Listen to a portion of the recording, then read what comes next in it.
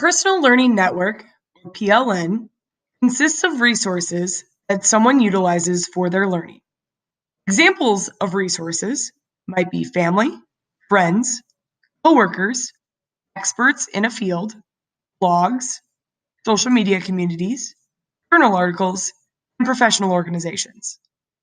For a traditional learner, personal learning networks are much smaller in size than a digital age learner. Traditional learners create a personal learning network consisting of friends, people he or she works with, and possibly a few other teachers they have met throughout a school district or at professional conferences. When it comes to digital age learners, the possibilities for a personal learning network stretch the entire globe. Through online communication in the form of email, social media, blogs, and more, a learner can collaborate with someone who shares a common professional interest but lives in a completely different time zone. Teachers previously isolated due to distance now have a network of like-minded collaborators to enhance their practice. I've been able to expand my PLN extensively because of my professional use of Twitter. Our school has even been able to invite other teachers from across our state to help put on professional development for our teachers because of the networking capabilities of Twitter. For a traditional learner, augmented reality, or AR, may be a hard adjustment. Relying on technology may be more difficult for digital immigrants, especially if there are complicated pieces to the AR software. I would expect traditional learners to be open to using AR, but probably wouldn't gravitate towards it as much as a digital age learner would.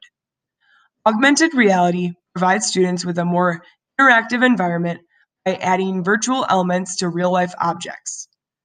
Just as this picture uses AR, I can imagine science and history teachers taking advantage of AR the most because of the possibilities they can create with their content.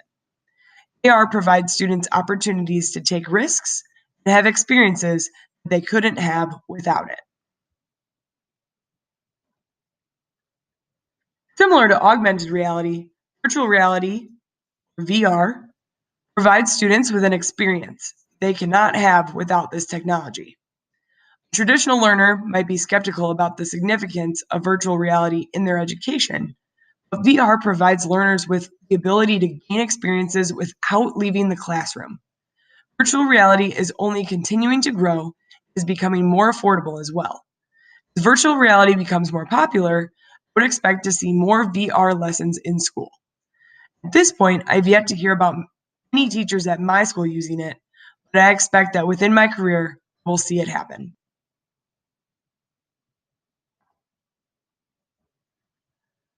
Growing up in a traditional education setting, gamification was still very prevalent throughout my education. I may not have grown up in a technology-rich environment, but learning through gameplay was still valued. Gamification brings a positive and enjoyable environment to disengaged or bored students. I can only expect gamification to grow as teachers and instructional designers will need to continue to design engaging content. From a digital perspective, more and more students are becoming addicted to video games for non-educational purposes. Teachers looking to engage the ever-fleeting attention span of their students should be encouraged to use the intrinsic motivators of games to keep their students engrossed in content. I find that when games are designed for education, they tend to lose some of the draw that non-educational games used for learning have. By finding and creating opportunities for students to constructively problem solve and learn in a gameplay setting, students can experience learning in a more realistic way rather than just memorizing facts. Analytics provide data about the effectiveness of content, interactions, and assessments for learning. Without this technology piece, it is harder to determine the effectiveness of all three of these things. A traditional learner could expect to give feedback or personal evaluation of a course. By adding the analytics gathered through technology, more data pieces can be evaluated and help determine each part of a course's effectiveness. I would only expect the use of data analytics to increase with the expectation that data helps to drive instruction.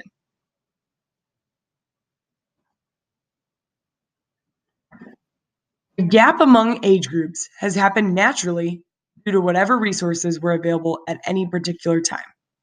When you grow up always having something like technology, you have more practice with it as you grow up. Mastering something at a young age is easier than changing how you learn and interact with the world as an adult. Habits are hard to break, so the longer someone goes without using technology, the harder it will be to create new routines that include a buzzing phone or a full inbox. I believe it is possible to reach a meeting of the minds among different age groups and generations on the role of technology in society, but it will take compromises from all parties involved. Earlier, I used my grandpa as an example of someone who does not need a smartphone. I also recently gave him his first iPod when his new vehicle did not come with a CD player. I set up the iPod and taught him how to use it. Now he thinks it is incredible that such a small device holds so many CDs. I use this example because while my grandpa is not currently ready to take on such technologies as a computer or even virtual reality, he can appreciate technology and adapt to new things when necessary. Educators need to understand the mindset of both traditional and digital age learners because each student comes to class with a unique background and previous experience. Depending on when technology was introduced to students and how comfortable they are with different types of technology, you can have a class with a wide range of abilities. In order to best assist students, educators need to understand where their students are coming from and cannot assume that all students have the same experiences with technology. When trying to bridge the gap between mindsets about technology and its impact, I think it is important to be realistic and in a conversational way, allow both sides to present their reasoning to one another. There are advantages to traditional learning, especially if students are spending 8 hours a day staring at a screen. Conversely, technology continues to provide opportunities for students to learn and experience things they would never have otherwise. As long as both groups are open minded, I would expect understanding from both mindsets to happen through a guided discussion.